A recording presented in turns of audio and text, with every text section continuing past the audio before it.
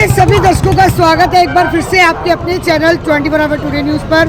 मैं ज्योति मेहता इस समय पहुंच चुकी हूं यमुना नगर का बस स्टैंड। जी हाँ, इस समय की सीधी लाइव तस्वीरें आप सभी को यमुना नगर बस स्टैंड से दिखा रहे हैं और बता दें कि किस तरह से पीछे भी तकरीबन 1 से 1.5 महीने पहले बच्चों द्वारा जो है एक ज्ञापन यहाँ पर जो है वो जीएम साहब के नाम सौंपा गया था, लेकिन उस पर कोई भी कार्यवाही ना होते हुए आज दोबारा से यहाँ पर जो है बच्चे एकत्रित हुए और आज एक और ज्ञापन जो है यहाँ पर जीएम साहब के नाम सौंपा जाएगा।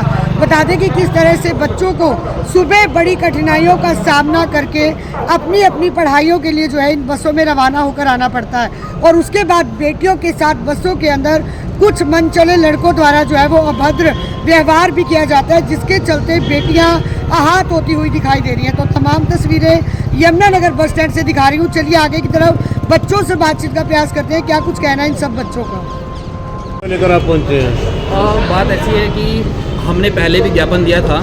आप देखेंगे कि हमारे पास जो ये पूर्व ज्ञापन रखा है, हमने जो ज्ञापन दिया था 19 तारीख 9वां महीना 2025 को। सभी मीडियाकर्मी भी आए थे, आप सभी भी आए थे और इस ज्ञापन के बाद कोई इतना अच्छा सुधार हमें देखने को नहीं मिला। आज भी हमारी जो बहनें पीछे खड़ी है, देश की बेटियाँ जो खड़ी है, बिल्कुल ये उसी भीड़ में जाती है, उसी मुसीबत में जाने को आज भी राजी है। और आपने देखा अभी कितनी बड़ी घटना हुई। उस ज्ञापन देने हमने पहले ज्ञापन दे दिया था, उसके बाद हुई घटना। 6 जो लड़कियां हैं उनका एक्सीडेंट हुआ और एक लड़की जो हमारी वो अब इस दुनिया में नहीं है। तो ये जो चीज़ है, अगर आप देखोगे तो ये प्रशासन के द्वारा, इसको मैं एक्सीडेंट कहूँ या इसको एक हत्या कहूँ, क्यों नहीं सुन रहा हमारी प्रशासन, क्यों नहीं सरकार कोई भी जवाबदेही देती है। तो सरकार को जवाबदेही देनी चाहिए, बिल्कुल उनकी जवाबदेही बनती है, क्योंकि हम ऐसी ज्ञापन लेके आते जाए। एक मनोबल आप देखोगे, पहले इतनी लड़कियाँ आई थी, बार बार हमारे यमुना नगर की बेटियाँ नहीं निकलती हैं। तो मैं आप सबसे बस यही प्रार्थना करता हूँ कि हमें जल्दी से जल्दी जो हमारे रूट है उस पर बसें चला दी जाएँ, जिससे किसी भी लड़की को खड़े होकर ना जाना पड़े। मैं कल वरुण जी से भी मिला, वरुण जी को मैंने ज्ञापन दिया, हमारे जो माननीय सांसद जी हैं, और हम उस लड़की के घर भी गए जिनकी मृत्यु हो चुकी है इस एक्सीडेंट के अंदर। तो मैं बस ये चाहता हूँ, शायद उनकी क्रिया भी है। हाँ, आज उनकी क्रिया भी है। हम बस यही चाहते हैं कि दोबारा ऐसी कोई घटना यमुना नगर में ना हो, क्योंकि ऐसी घटना अगर होगी तो वो पूरी 100% जो होगी वो प्रशासन की लापरवाही होगी। तो आपने पहले भी ज्ञापन दिया था, कोई संज्ञान नहीं लिया गया उस ज्ञापन के ऊपर? मैम बिल्कुल कोई संज्ञान नहीं लिया गया है। आज आप देखिए सुबेरे बिल्कुल पैर खड़े होने की जगह नहीं है, उसमें एक लड़की कैसे बैठ सकती है? कैसे बैठ सकती है एक लड़की उसमें, जिस उसमें खड़े होने की जगह नहीं है? हमें लड़कियों को इतना मुश्किल से जाना पड़ता है। तो आज बहुत ही दुर्दशा हो चुकी है और इस पे हमारे प्रशासन को ध्यान देने की बहुत ज़्यादा जरूरत है, क्योंकि ऐसी घटना दोबारा फिर हो सकती है। ये बहुत बड़ी घटना है और ऐसी घटना अगर ऐसा ही सीन रहा तो ऐसी घटनाएं दोबारा होने में वक्त नहीं लगेगा। जी तो आप देख सकते हैं। सर, क्या कुछ कहेंगे? आज यहाँ पर आप पहुँचे हुए हैं, क्या कुछ कहेंगे? देखिए, ये मांग काफ़ी दिनों से छात्रों की थी, जी, लेकिन प्रशासन की लापरवाही है, जीएम की सबसे बड़ी लापरवाही इसमें मैं मानता हूँ है।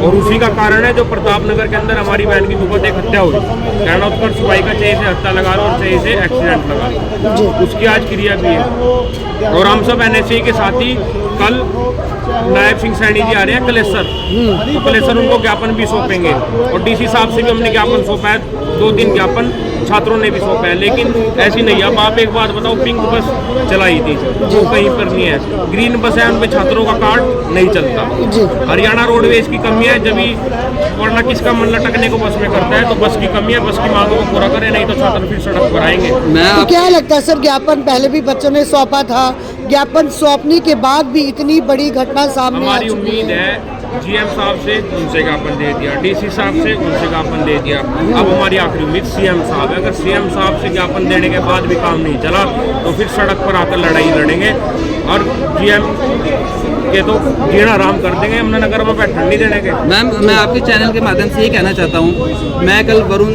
चौधरी जी से भी मिला जो हमारे माननीय सांसद जी हैं। मैं जगाधरी के जो विधायक है अकरम खान जी, अकरम चौधरी जी, उनसे भी मिला। मैंने उनसे भी अपनी समस्या को जो है उनके सामने रखा और उन्होंने मुझे कहा कि मैंने विधानसभा में आवाज़ रखी है। तो हमने सांसद जी को भी कह दिया, हमने विधायक जी को भी कह दिया, हमने जनरल मैनेजर जी को भी ज्ञापन दे दिया। अब हम कहाँ पे जाएं? अब हमारे जो NSUI के अध्यक्ष हैं इन्होंने कहा है कि हम सीएम साहब पे जाएंगे। तो अब देखो हम एक आम बच्चा, बिल्कुल मैं भी जाऊंगा, और एक आम जो बच्चा है अगर वो जस्टिस चाहता है तो उसको कितनी मशक्कत करनी पड़ रही है आज के टाइम में। तो ये आप देखिए, हमें सच में आज का जो हम कहते हैं जो युवा है वो देश का भविष्य है, और आज का जो युवा है जो देश का भविष्य है वो आज कितनी कठिनाइयों से जूझ रहा है। कैसे वो अपनी पढ़ाई करेगा, जो निम्न वर्ग से बिलोंग करते हैं वो कैसे अपनी शिक्षा जो ले पाएंगे और अपने आप को आगे बढ़ा पाएंगे। तो देख सकते हैं तस्वीरों के माध्यम से तमाम यहाँ पर जो है वो युवा पहुँचे हुए हैं, जहाँ एक तरफ बेटी बचाओ बेटी पढ़ाओ का नारा लगाया जा रहा है। तो ऐसे में बात करें तो कहीं ना कहीं जो बेटियाँ हैं अब वही जो है वो बसों के अंदर सुरक्षित नहीं है, क्योंकि अगर देश भी तभी आगे बढ़ेगा अगर बेटियां पढ़ेंगी। यही सरकार का दावा है और यही सरकार का वादा भी है, लेकिन बेटियां तब पढ़ेंगी अगर वो बसों के अंदर सुरक्षित होंगी। अगर बेटियों के साथ ही बसों के अंदर दुर्व्यवहार किया जाएगा, बेटियों को बैठने की जगह नहीं दी जाएगी, तो बेटियां आखिरकार कहाँ पर सुरक्षित है। विपिन जी यहाँ पर पहुँचे। विपिन जी क्या कुछ कहेंगे, आज पहुँचे हैं यहाँ? आज हम यहाँ पे जीएम साहब के पास आए थे अपना ज्ञापन लेके।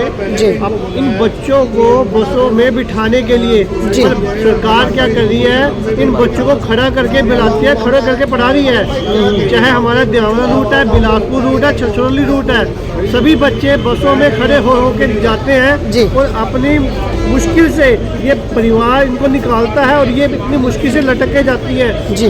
सरकार कहती है बेटी पढ़ो बेटी बचाओ, ना तो इनको बचाया जा रहा है ना इनको पढ़ाया जा रहा है। इनको धक्के खा के ये अपने काम को अंजाम दे रहे हैं। ये तो कुछ छोटे छोटे बच्चे कोई कंपटीशन में थोड़ा जा रहे हैं, स्कूल में पढ़ने के लिए जाते हैं, धक्के खाते हैं। सरकार को ध्यान दे, इनकी सुरक्षा करे, बच्चे हैं इनको बच्चों की तरह रखे। जी।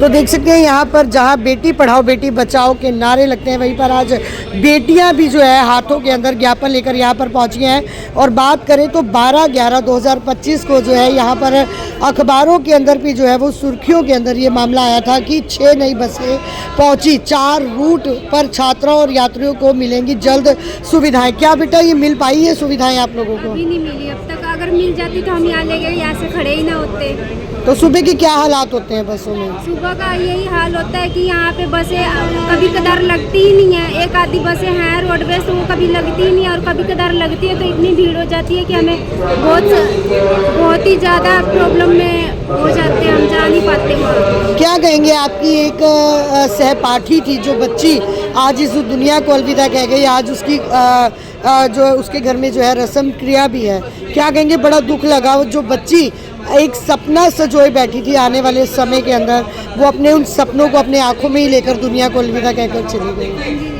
तो ये तो सरकार की लापरवाही है जो ऐसे हो रहा है। बोल रहे हैं कि बेटी बचाओ बेटी पढ़ाओ, बेटी जब बचेगी तभी तो पढ़ेगी। हाँ जी, तो यही हमारी रिक्वेस्ट है कि हमारे लिए बस चलवाई जाए और सेफ्टी से हम जा पाए और आ जा पाए। जी। हाँ जी जी। क्या कुछ कहेंगे बेटा, आप भी यहाँ पर पहुँची हुई हैं? हम भी यही कहेंगे कि आज भी सुबह हमारा मतलब वो एग्जाम था आज हमारा, आज भी ना बस नहीं आई, मतलब एक ही आई थी सिर्फ 8:30 बजे, उसमें भी ना पैर रखने की जगह नहीं। तो उसके बाद हमें 9:30 बजे मतलब 1 घंटे के बाद बस मिली, और हम यहाँ सुबह से खड़े थे। पेपर में भी हम 1 घंटा लेट पहुँचे आज। जी। तो बहुत समस्या है बस कि आज बस भी नहीं मिली हमें। जी। तो तस्वीरों के माध्यम से देख सकते हैं तमाम स्टूडेंट यहाँ पर जो है वो पहुँचे हैं। वीडियो को शेयर जो है वो ज़्यादा से ज़्यादा आप लोग ज़रूर करें।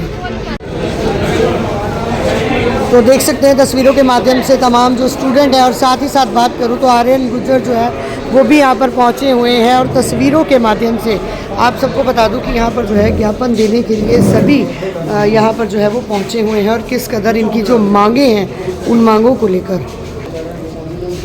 तो देख सकते हैं तस्वीरों में यहाँ पर जो है जो ज्ञापन है बच्चों की तरफ से जो है वो आज यहाँ पर सौंपा जा रहा है, और एक ही मांग कि यहाँ पर जो है जो बसें हैं उन रूटों पर जो है वो 1 या 2 बसेस जो है वो और मुहैया कराई जाए। ये हमने प्रीवियस ज्ञापन आपको दिया था 29 तारीख 9/2025 में, सर अभी तक इसका कोई हल नहीं निकला है, हम बहुत परेशान हैं। और ये सर हेड ये अखबार की मीटिंग है, जो 10 बसें आई हैं, वो जो हाल में 6 बसें आ चुकी हैं, अभी हमने जो पढ़ा है इसमें, तो वो हम ये भी जानना चाहते हैं वो कहाँ दोबारा हमारे रूट पे भी क्या वो बसें लगेंगी और क्या रहेगा उनका।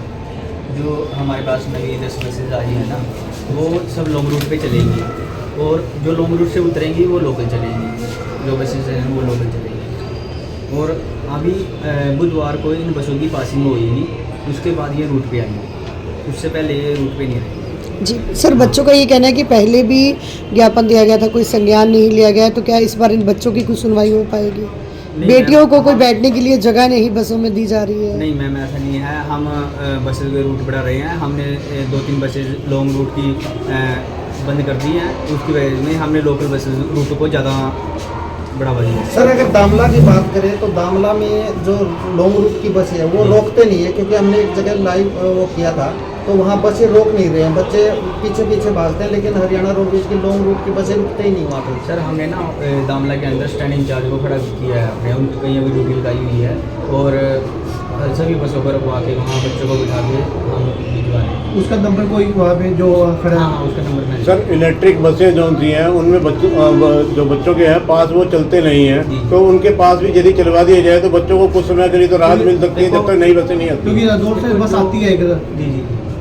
देखो जो इलेक्ट्रिक बसेज हैं, AC इलेक्ट्रिक बसेज हैं, उनमें अभी बच्चों की सरकार की तरफ से अलाउड नहीं किया गया। जैसे ही उनको सरकार की तरफ से कोई ऐसी हिदायत आती है, बच्चों की मांग कोई पत्र रेगुलेशन में आती मांग है, उनकी मांग है कि उनको ये प्रावधान करवाया जाए।